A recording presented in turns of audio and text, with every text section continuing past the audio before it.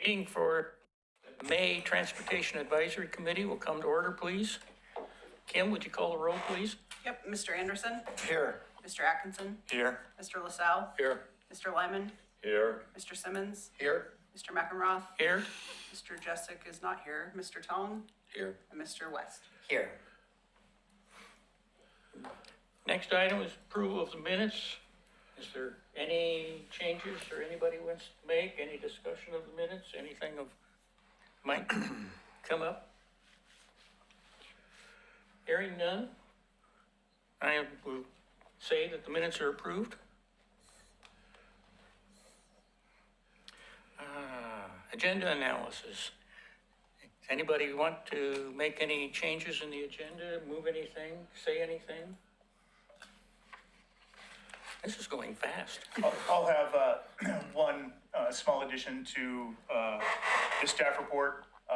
It gets back to last month's meeting where you had asked for a couple things from us. So one small Okay. addition there. Then just throw it in when we go by. Will do. Hearing none, we'll move on. Citizen comments. Do we have any citizen comments? There are two in the audience. Thanks for coming. by the Yeah. way. Yes, I'm glad to see you. New business, discussion items. One of the ones here is the introduction of the TAC members. And Vance, would you introduce them, please? Absolutely. Introducing Mr. Tim West, correct? Congratulations, and thank you very much for volunteering your time to be on this committee. You bet. Ben Simmons, again, same, thank you very much, sir, for volunteering to be on the committee, and we're looking forward to working with you folks. We certainly do appreciate the fact that you're here, and we certainly look forward to working with you. Kanema Neighborhood Proposed Improvements. I believe that's probably one of you two. Yep, that's me. So this is just an update on something that's been in front of the TAC a couple of times before. It's the MCT, I believe it stands for the McLaughlin Kanema Trail. And what's come out of that is I'm sure you all have the stuff in front of you with the pavement markers, and we're gonna go to is it It's part of the packet. somewhere in there, It's you'll part of have, the agenda. you'll have something that looks like this. It's the 20-mile-an-hour pilot program Yes. that we're doing in Kenema. Yeah. So that just shows kind of what's come from all of the different meetings and everything that we've gone through. But what's gonna happen in Kenema is the whole Kenema, upper Kenema is gonna become a 20-mile-an-hour zone. So there'll be signs on Apperson, Jerome, Miller, and Hedges as you come in, and then there'll be clear up on Fifth as you come off of South End. And there'll be the markings on the ground that look like this little guy right here. That'll be a thermoplastic marking on the ground.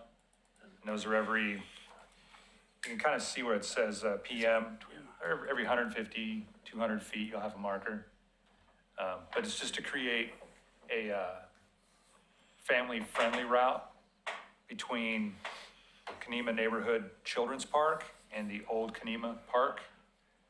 That was the idea was to have that route, but the neighborhood really liked the idea, and there was a lot of support to make the whole neighborhood, because there's that stairs that go down from Fourth to Third. So that's just kind of, I just wanted to put this in front of you guys so you could see what the final product is gonna be, what it's gonna look like. I think the biggest change is there's gonna be a three-way stop at Ganong and Third, which now is a free-flowing intersection. It's just due to, there's the house on the corner of Ganong and Third is right on the corner, and it creates a sightline distance problem. And so that's gonna be kind of the biggest change to it. There's some channelizing you'll see at Fourth and Miller, and Third and Hedges, and Third and Ganong. That's just all thermoplastic marking on the ground. It's just kind of to channelize traffic and slow them down at the intersections. It's mainly what that's for. Kind of give you a There won't timeline. actually I'll- be any, like curb or anything, it's just It's markings. just all markings, yep. Is the design of the markings finalized, or is there, I have a suggestion if it isn't final. I don't think it's completely 100% final. I think we could move stuff around if we absolutely needed to, but it's pretty final. We've put this in front of the, The thing I was gonna ask about is the bike sign. It has basically a racing type of bike on the symbol. And on like Portland's neighborhood Greenlee system, they use a more upright cyclist that looks like they're comfortably like sitting up straight instead of bending over. So I don't know if that can be changed, like the bike symbol, to make it look more like a family friendly instead of a racing cyclist. so that's not gonna be able to be changed. Okay. Not in this. I've already ordered about 20 of the symbols. Got ya. So I can't change it here, but that's something we could think about, because this is the pilot project for the 25 mile, or the 20 mile an hour family friendly zones. So it's something good to think about on the next one. Okay, no worries. When you're got it all finished, I'm assuming it'll be during the summer, and would you kind of send us out an email so we can kind of wander over and look at it and appreciate your fine work? Yeah, you bet. And I also put the summer construction schedule in the package so that you can see, we've got quite a bit of work going in Kenema this year. We're gonna do a slurry seal on 4th Street, or 4th Avenue, I mean. That's gonna be on, June 24th to the 27th. I don't know the exact day. That's just when the contractor's gonna be in town. And then, 3rd Avenue is gonna get rebuilt and repaved. So we'll kind of have to work After that, yeah, kind of depends on when. It'll be after the slurry, but maybe before the paving. We can put the signs in and start the project, and maybe finish it after the paving, the thermoplastic on 3rd Avenue. But we'll just have to see how that paving project lines up for this summer. I have a sidebar kind of a question. Would it be possible to work with Clackamas County about getting some sort of a on-pavement notification of the connection of Fifth Avenue and South End Road, where coming out of Kenema, and you could cross South End Road and go on up to Center Street if you were daring?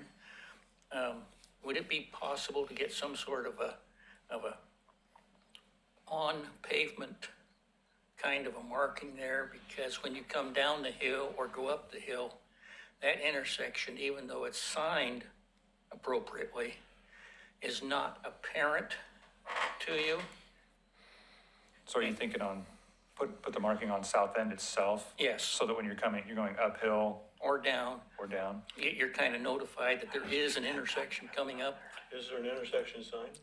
There is an intersection sign there, the regulation one, but it's awful easy to ignore when you're whipping down that hill, or going up it for that matter. Henry, do you have a vision or a concept of what that marking should say or be? Sort of like crossing ahead or X-Peds or, something of that ilk. Just something to say, this is not an ordinary spot. There it is. That it's, Yeah. because I know I've gone down that hill and I've almost been in the intersection before I said, oh yeah, there's an intersection here. Yeah. Well, between Jason and I, we'd be happy to reach out to the county transportation, run it by them. Since it is their road and they would be on the hook to install, and a bigger thing would be maintain. It would be up to them, as you well know, but we'd be more than happy to run it by them. Yeah, that's all I can say is that, because I can also see them saying, that's not standard, da-da-da-da-da. Yeah, there might be some MUTCD, requirements that, Yeah, and I'm thinking of their safety program that they've got instituted for 0 accidents or whatever it is too. Maybe being able to tie it into that. okay? There's a flashing sign on Holcomb Boulevard as you're coming downhill, just before you get to the bottom of the hill, to those S curves down there, that the side of it is flashing lights. I don't remember what it says now. Do you remember, John? I think it says slow down. It- Yeah. It's a Yeah. hard right. Yeah, Anyway, Orange, yeah. that's something in the area, I think that maybe he would be. like, We might be able to put like an intersection sign with, with the flashers around it. Yeah, anything to sort of make you understand that there's, I don't remember what that sign cost. I want to think that it was a couple of $1,000s though, because it has a radar in it to On catch. Holcomb. Yeah, Yeah, because I believe it says slow down, and I think you're right, it's radar triggered. yeah, there's another one on South End Road before you get out onto the highway, and it's quiet until you get up close to it, and then it goes whoosh. So, yeah, there's, obviously, there's costs and whatnot, but if we don't ask the question, we won't even get an answer. yeah, for sure. Another thing I was just thinking about too, I'll be interested to see if the county has any crash data for south end of that intersection, see what that looks like. I don't think it's used very much. And that's more of a problem because you don't expect to see anybody there. So Right. when you do see somebody there, it's a surprise. That's Fifth and Sunset. I have a question for general maintenance. Do you cost the pavement markings you're gonna put in here, and then do you cost out how often it is required to bring them up to date? So when they get worn out, is that something you have to redo annually or biannually? So, you know, keeping that, once you put that down, then the expectation is always gonna be there, and you've got that maintenance requirement ongoing, so. Yeah, and honestly, I don't know. That's why we're putting them in thermoplastic. If we painted it, we'd have to go in and do it every year. So thermoplastic, of course, costs more upfront. But the amount of traffic in the neighborhood, those thermoplastic, I think we're gonna get at least 5 years out of them. And maybe more than that, maybe as much as like 7 years out of them. It just depends on if, Yeah, What's the maintenance, the frequency of paving or of redoing the pavement or something in those areas? so we're redoing Third Avenue, and then we probably won't do anything on Third Avenue for a long time, maybe 10 or 15 years, we might put a slurry on it. The other streets? Fourth Avenue, with putting a slurry on it right now, I would say 8 to 10 years, we put another slurry on it. So I'm hoping about the time that thermoplastic wears out, we'll put another slurry on it and put the new thermoplastic on it. The work he's doing in Kenema is the first work I remember being done since 1992. Yeah, I've been here since 2012, and we've done nothing in Kenema, so, I'm glad to see something being done there. yeah. It needs it. So, is there anything more? I have a quick question about number 5 on the capital improvement projects. Does that include connection to CCC, or is it just the extension? We don't have that right in front of us, Ray. Is it in oh, there? We might, hang tight. It's a blue line, south CCC. You are skipping ahead a little bit, I think, but I'm not sure. Oh, maybe I am, I don't know. Well, he skipped up to that No, project. he's looking at the map, Henry. Yeah. Yeah, Like Oh, from the yeah, map, there we go. Yeah. Okay. The blue line, oh, that's the Myers Road extension. Does that include connection to, because there's a new entrance to campus, is that part of that project, or is that separate? Yes, yeah. There's an entrance into CCC off of Myers extension. Okay. Yep. so does that move us to the approval US bike ped? What, under 5B down here under the signs I for think that's Kenema? legend, isn't it? Isn't that the thermoplastic legend, the approval? US Oh, yeah, that's Those are just, attachments. Oh, that's okay, just what it's called. Just attachments. okay. Okay. Yeah, that was just I gave them the approval that's what they Then- called it. Then Ray is right, we are on the summer construction projects. And I'm behind. We're talking about it all the time. So I just put that on there as an attachment, just to show what we were gonna do in Kenema in conjunction with the 20-mile-an-hour Okay, program. so moving on to our overall construction projects. Anything of major interests such as rebuilding a railroad crossing that nobody knew about? I can speak a little bit on that. Yes, so Union Pacific Railroad is in town redoing crossings and a lot of the wooden ties. When they initially pulled their permit, as I understand, it was roughly a 3-day work window. So they mobilized into town. They're staging down in the Cove area because that's about the only place we had. Just some flat rock surface that they can't hurt and wasn't being used. Their intent, again, was to get in town, do these crossings, get out of town, with the closure on Singer being about 3 days. The work would be longer, but it would be night work, so very low impacts to our motoring public. Yesterday, I spoke with a gentleman from the railroad and said, so why are you guys still having this closed? They had to kind of reapply for their permit. They told me that the same day they mobilized into town, they had a locomotive or a car catch fire in the region. So they had to pull this crew that was redoing the crossings and the ties to go mitigate that issue. So they were delayed at least 2, maybe 3 days. And I don't know that they've really got the ball rolling efficiently, frankly. John has been in conversation with the railroad, as have I. I believe their intent is to open up Singer on Thursday. So that's where we're at with that. It is unfortunate for all the citizens that use Singer Road, because the ADT on Singer Road is 13,353. So Most there's of a them are lot of going, folks. and most of them are going by my house now. They probably are, Henry. So that's the status of the railroad and Singer Road and the closure. They also currently have the crossing on 11th, which I believe 11th, vehicles don't cross there, but there are PEDs that use that quite a bit. And I overheard John talking with the railroad that, hey, we need to get that fixed right away. I think they're working on that tonight. So Vance, the improvements they're making on 10th Street, will they then provide for creating a quiet zone down the line here a little bit? That's a good question. Again, the conversation I heard John having with the railroad, John asked that question.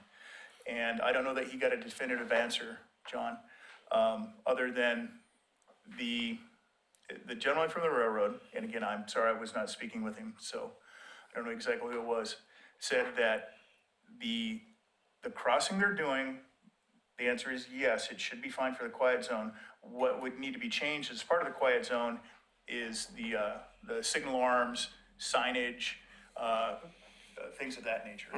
So he frankly, he was a bit wishy-washy on that. I think we're gonna be okay. Okay. I don't think they're gonna have to redo these crossings, when and if we are successful with getting the quiet zone through town. Thanks. Public Works report? Oh, I have some questions on the streets. Yes, sir. So it looks like there's Leland Road, is that gonna get chip sealed or Yes. recoated? Yep. It's not gonna be made wider or anything like that, just chip sealed? Just a chip seal. Okay, and then I heard there's gonna be some work on Myers Road, and is that the $7 million blue line right there on this map? I don't know about the $7 million. I don't know how much it was, John but came in and was saying, Extension. oh, Yes, Yeah, it yes. was. There's a number 5 by it. yeah, Myers Road extension. Yeah, I believe that is correct. Yeah. sir. yep, wow, it's a short road for that amount of money. Yeah. I think they said they had utilities to deal with, extend there too. I don't know if that's part of that contract bid or not, but I believe it is, sir. yeah. Well, they've also got some wetlands there, so it all adds up. The BPA tower has to be raised. Yeah. When there's some lane changes there, right turn lanes and north turn lanes, I think mentioned in that project too, so an additional lane extensions for turning movements. All right, so it affects 213 too, then? Yeah, And another traffic signal at Myers and 213. Oh, there's one there right now. or Yeah, replacement. but it Four-way. would have to be changed. Oh, yeah. Yeah, Yeah. oh, Four-way instead of a three-way. Yeah, sure. very good. Nobody's all have to wait longer. Yeah. Now can we go to the Public Works report? All right, very good. I believe the first thing on there, you'll see is Malala and Pearl intersection review. Several weeks ago, there was a fatality accident there involving a single vehicle and a pedestrian. We wanted to take a good look at that intersection and make sure that all of our assets are up to snuff there.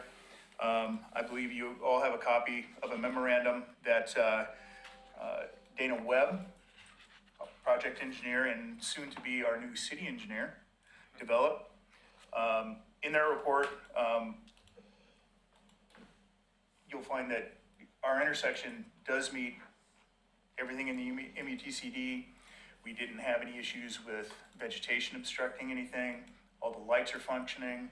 The on-pavement markings are all in good shape.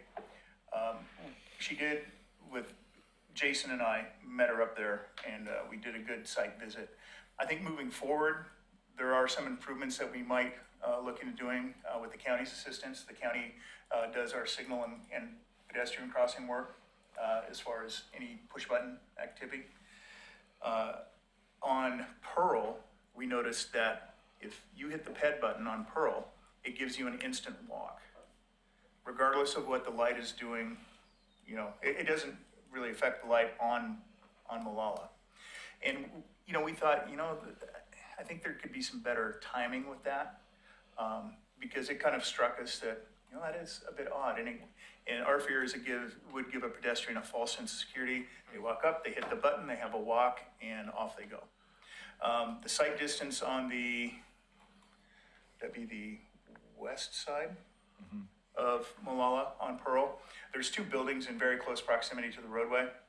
So a pedestrian has to have use some caution when they utilize that crosswalk to make sure that they can see vehicles making, especially right-hand turning movements off Malala, southbound onto Pearl. Again, there's a building in very close proximity. So we're gonna work with the county and see if we can adjust some of the timing on that crosswalk and see if we can integrate it with the signal that's there. But again, I thought it was worth noting, I believe we might have mentioned it at the last TAC meeting that this accident occurred. So again, Dana did a great job compiling the information that y'all have. So I encourage you, if you haven't already, to please review it. I can think I might have a bit of a insight as to something similar almost got me down here at Fifth and Washington. And basically what was going on was I was paying attention to a vehicle coming down the hill toward me. So I was looking to my left. A pedestrian was coming across the street and was entering on my right side where A, I wasn't expecting, and B, he didn't show up or anything. You know, nothing hiding him or anything. It just visually did not stand out. And with this intersection at Pearl, it's offset a little bit. Correct. And the crosswalk for this particular incident, the person was coming into the driver's field of vision from his right side, From his left side. from his left side. Yeah. Oh, okay. Because I thought he was making a left turn. He was. He was on Pearl. He was making a left turning motion to go southbound Malala. So that would mean that the far side was offset to the right then. The crosswalk? The whole crosswalk, if you look Yeah, at it. so Pearl itself Is comes in offset. at a bit of an obscure angle Yeah. onto Malala on that east side. Yeah. West side, Pearl comes in at basically, 90-degree angle. I think it is mentioned in Dana's report, and the police actually confirmed this too. If you're on Pearl and you want to take a left southbound on Malala, lots of vehicles, the A pillar that comes down blocks a certain amount of your vision. Right. And I've driven it a couple times, Dana drove it, others have. And because Pearl comes in at a bit of an odd angle, in a lot of vehicles, that A-pillar, if somebody is standing at the crosswalk, it blocks them. So it's still incumbent on the driver to move their body and be able to look around. But we're thinking that was a big contributing factor. The young man wasn't speeding, Be coming from here, not impaired, down this way. not distracted, just simply lost the pedestrian in his field of vision. Yeah.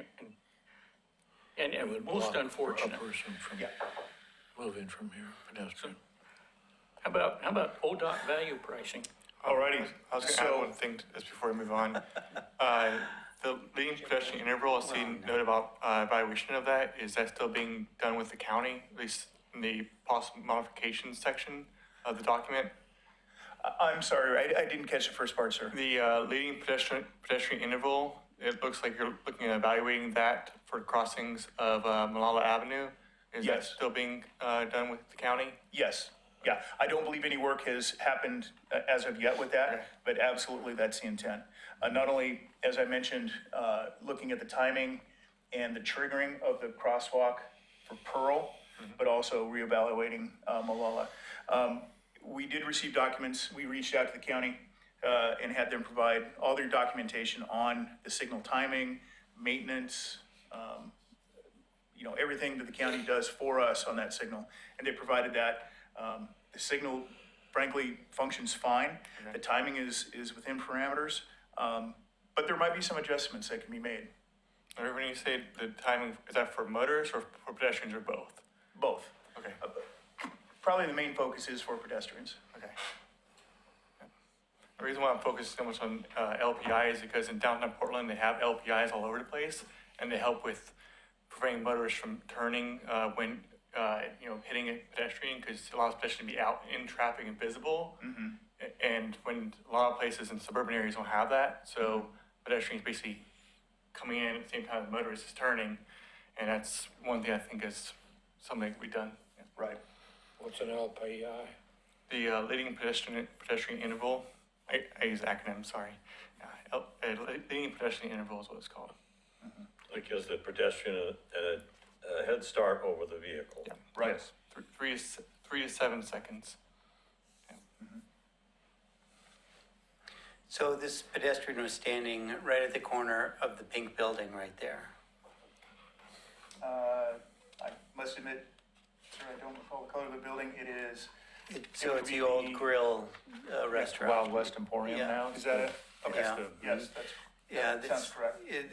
this is driver error, and really, it's one of my pet peeves, having drivers hit pedestrians or bikers and get their hands slapped, not even with a ticket. So, a better sign of saying, our laws will be enforced would be, a bigger deterrent than anything else on here.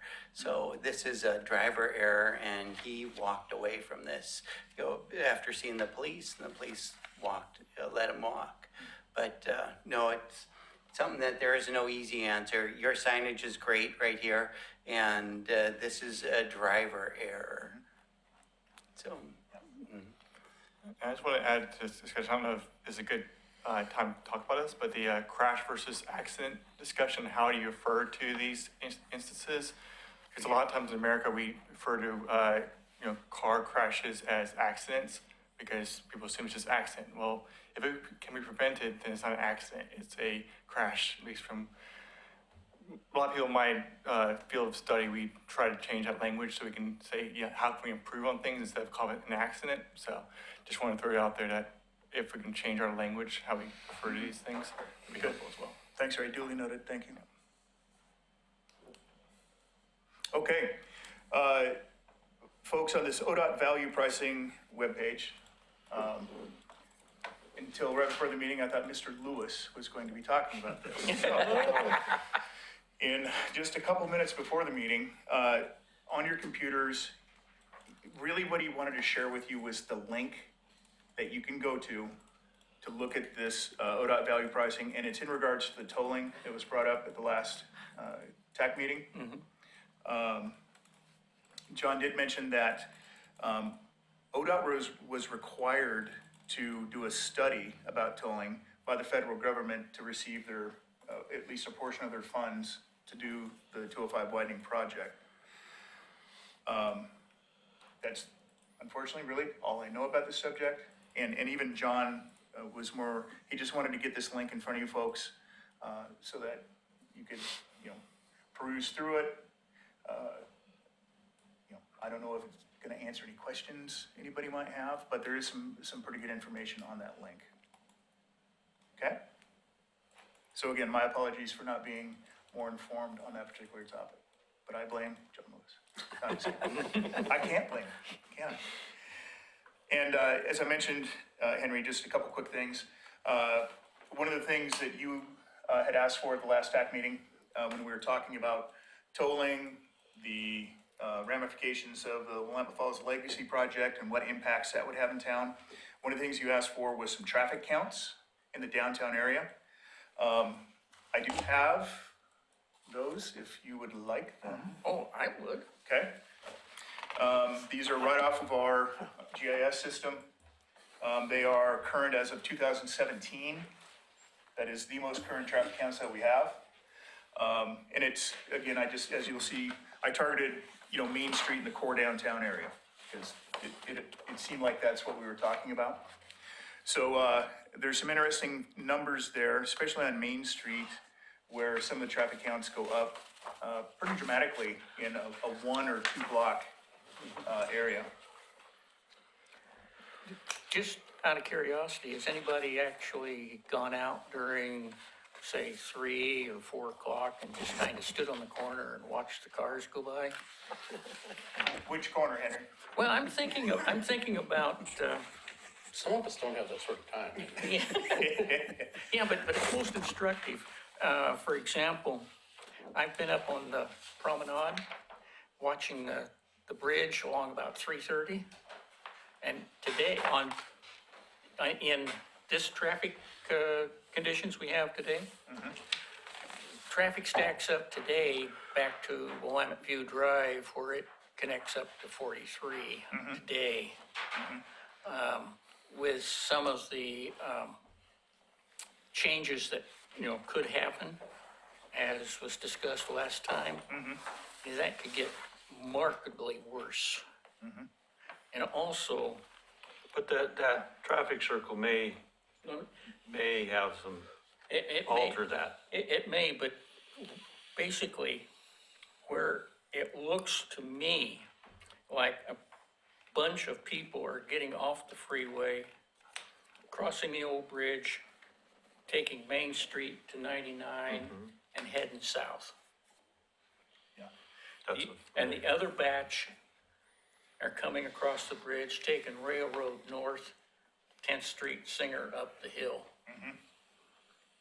And if there was people crossing the Abernathy Bridge and getting onto McLaughlin on the Oregon City side, why would they not get off earlier and cross the old bridge and do much the same as what they're doing?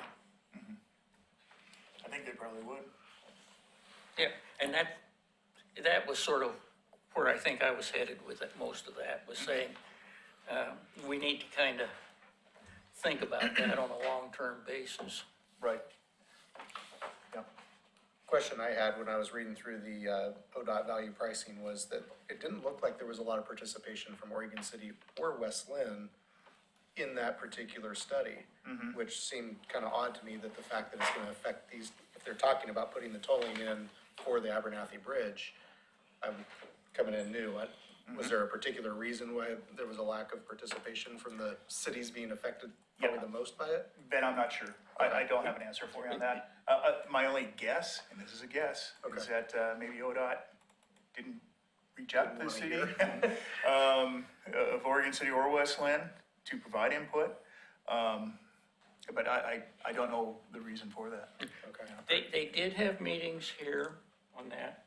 I went to 1 or 2 of them, shared my opinion, which was negative, of course. But those meetings were before they had selected the sections that they were going to deal with. Those meetings were still on the concept of anywhere, anytime, how to do it. Not on, it shall be the bridge. Okay. And So that was something I they think- developed later in the process, was the specific Right, points? Right, Okay. and frankly, I think they developed it based upon input from the various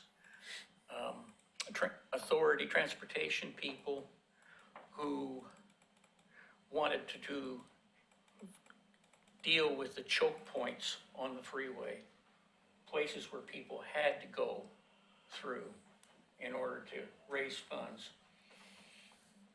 Also, I believe according to the link that's in the agenda, the people who voted on it were the Oregon Transportation Commission, which is a statewide commission, so it's not just Oregon City or West Linn.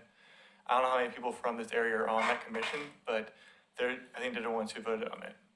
Only one I saw that was fairly local was Paul Salvis from Clackamas. So what's the, and I wasn't here at the last meeting, I was at APW conference in Bend, but, basically they're moving with the tolling on 205 or? No. It's still very much in the discussion period, and I think tolling, if it were to ever occur, is quite a ways out. John spoke to me a little bit about that today, and I don't think, do we need to think about this tolling and be concerned about it? Yes. However, it's not coming anytime soon. A large part of the discussion last month was about the 205 widening and getting pedestrian bike access across the Abernathy Bridge. That was a huge part of it last month. And this is sort of a fallout from that discussion. Right. And did I hear you say that a requirement to the widening project was them doing the research on this Yeah, to that's get what, funding? that's what So it might John have been an mentioned. exercise for no apparent actual reason? And there was a reason, Okay. they want to fund the widening out of that money. Okay. But it sounds like it was a step they had to take in order to get to the funding, Yeah. not that they were really pushing Yes. for the tolling to actually come to fruition. And the state legislature told them to do it. Okay.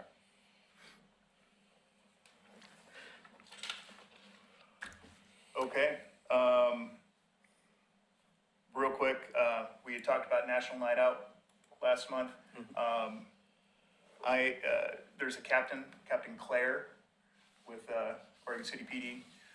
He was on vacation, he's recently back from vacation. I'm hoping later on this week, I'll be able to connect with him and we'll put our heads together on, basically Public Works operations, teaming up with Police Department to have the, bike safety, themed displays and things like that down at, end of the Oregon Trail. So, again, no real news to report on that, other than I need to connect with, Captain Claire with the PD and, iron out just exactly how much real estate we're gonna have. Again, as I mentioned last month, I can, secure that, 8-foot wide, 20-foot long covered trailer that the city of Tigard has, that is filled with bicycles and helmets and traffic control devices, things like that. There is one thing I can add to that. Traffic Safety Supply is a local vendor for, traffic signs, materials, thermoplastic markings, and they have a display unit of an RRFB, Rapid Rectangular Flashing Beacon, that they will loan us for this National Night Out if we so choose. So that's kind of a cool thing also. That would be handy. It would be. And as I mentioned last month, Henry, we just need some TAC members to volunteer to come down there to help the kids get through the crosswalk Well, and ride the bikes. I hate to say this, but I will point out that I was at the one last year. Were you? Good. What date is that? August 6th, I believe. It's in the news and thing that got sent out a week or two ago, but Yep. I think it's the 6th. It's a Tuesday night, as I remember. Correct. So I'm pretty confident at the next staff meeting, I'll have some good information regarding National Night Out for you guys. As a former chair and speaking in frustration, I would appreciate if the members start looking at that date to be able to volunteer. It's It would really, be really handy. hard to get people to volunteer for those things. Thank you. And thank you for bringing that up. Gentlemen, that's all I have. I have one thing that I noted, and there's no answer to it right now, but I'm going to bring it up for thought.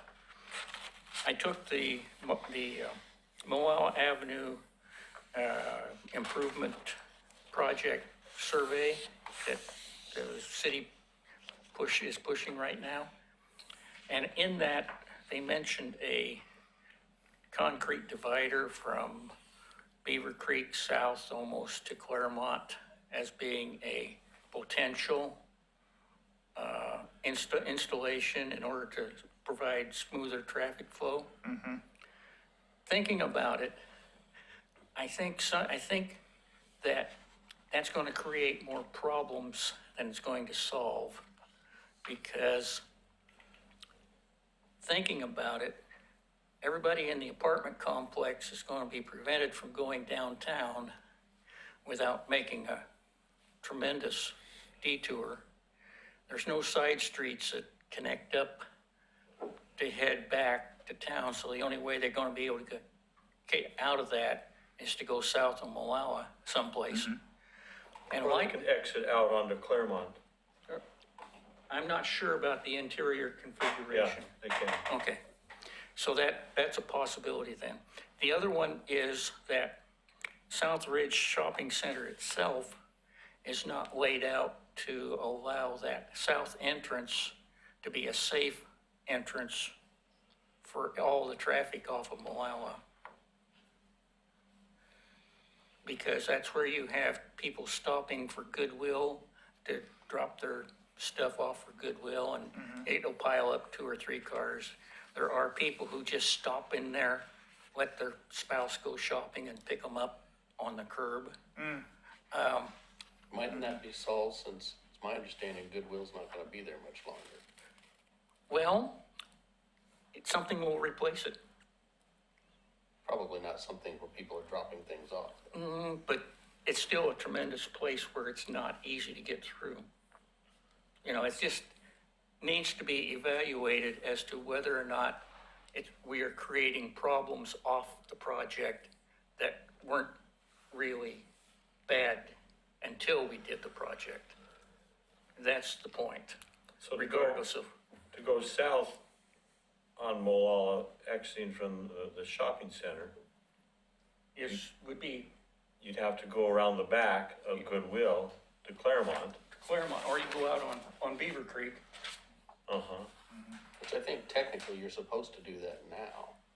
No, No, from the coffee shop, okay? Right. It says there no left turn, Yeah. but at Goodwill, there is Okay. no. there used to be an island there and they took it out. It could, I think there's well, if there's an island there, the drivers have to go someplace else. They can't negotiate that. Yeah, but I'm just saying that, I think some additional thought needs to go into it before we make it real. Okay, yeah. Sounds good, Henry. I've notated what you were just inquiring about, so I'll be more than happy to follow up with John and Dana Webb as project engineer on that. Yep. I mean, I'm not concerned whether or not it happens, I'm concerned whether or not we're creating a problem. So if you say it's not gonna be a problem later on, it's been brought to the attention, it's been looked at, it's been evaluated. I just want to add one point to this discussion. From a cyclist viewpoint, when I bike north on Malala Avenue, there's a lot of people turning left into that shopping center, and they don't look for me because they don't expect to see cyclists using Malala Avenue. So I think according to when I went to a meeting about this project, they were saying one reason why I wanted to add that is to reduce, turning conflicts between pedestrians, cyclists, and motorists in that area. And also, from what I understand, when I read that plan, that concrete median is not as long as what you may be thinking. It looks like it's a short area. So I'm not sure if it's as long as what you're saying it is. I was, from what when I read it, it looked like it was a short area. So, I'm not Just sure. blocking by the coffee shop? Yeah, exactly. I think it's just that one area that is blocking a turn. I don't think it's a whole, I don't think it's all from Beaver Creek to Clear Way. I think it's just a short section. I got the impression too, of just past the combined apartment and South Okay. Ridge entrance there. And I'm just saying that we could be creating Okay. a worse problem than we're solving. Good. Yeah, I'll definitely follow up with the project engineer on that, Henry. Anything else? Sure. Future agenda items? Anything for future? I have one. Speak. We spoke about it briefly, but the danger to pedestrians crossing 7th. Well, let me back up a little bit. We're approaching the season for visitors. And some people probably take the elevator up to this level and then want to go over to the McLaughlin House. From the street crossing Singer Hill Road there, with that heavy traffic and coming around the corner and whatnot, it was kind of a dangerous place for pedestrians to cross Singer Hill Road or 7th, whichever the case may be. And there's no direction to the tunnel either. Yeah, well, my thought, maybe it was somebody else's thought, but I'll take credit for it, is to put up some kind of a sign there, no pedestrian crossing, and direct the pedestrians, which would be To Center Street? east to Center Street with a crosswalk on Center.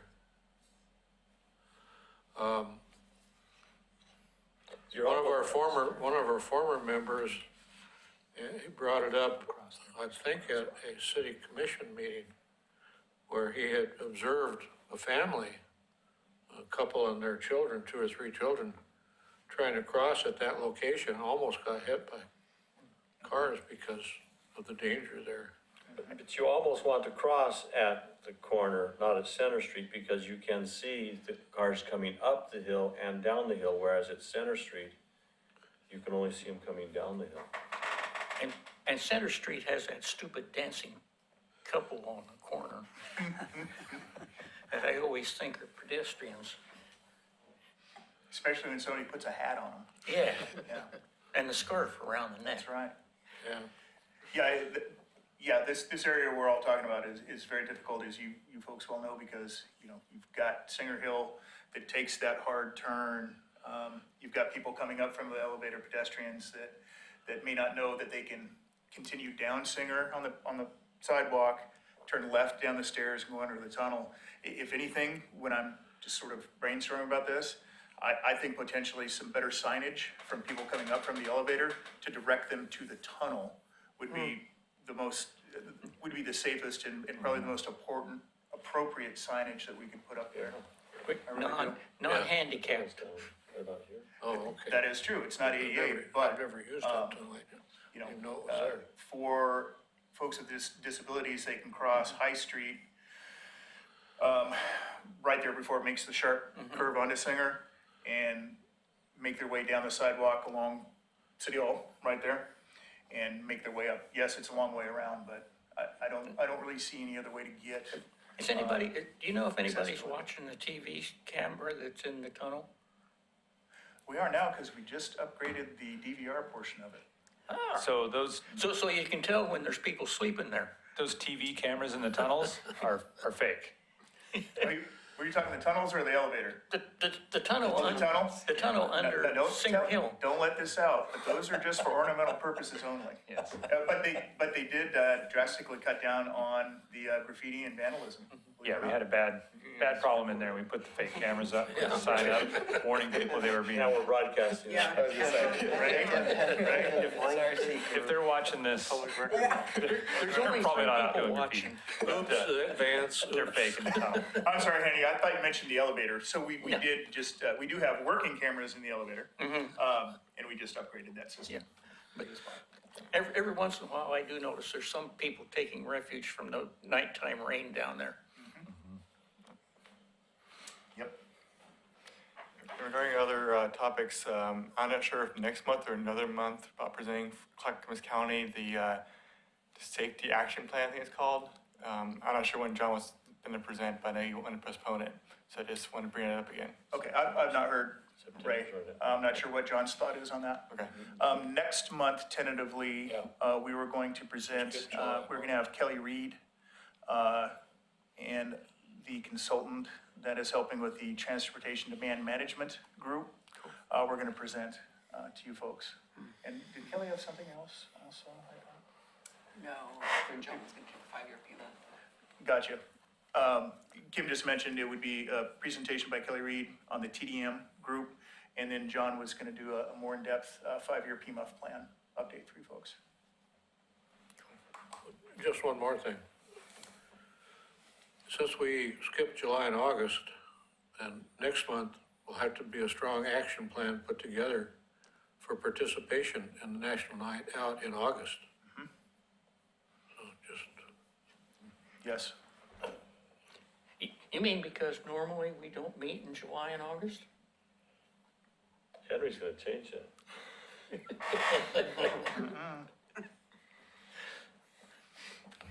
That's all I have in Public Works. Anybody has anything else? Going once, going twice? We're adjourned.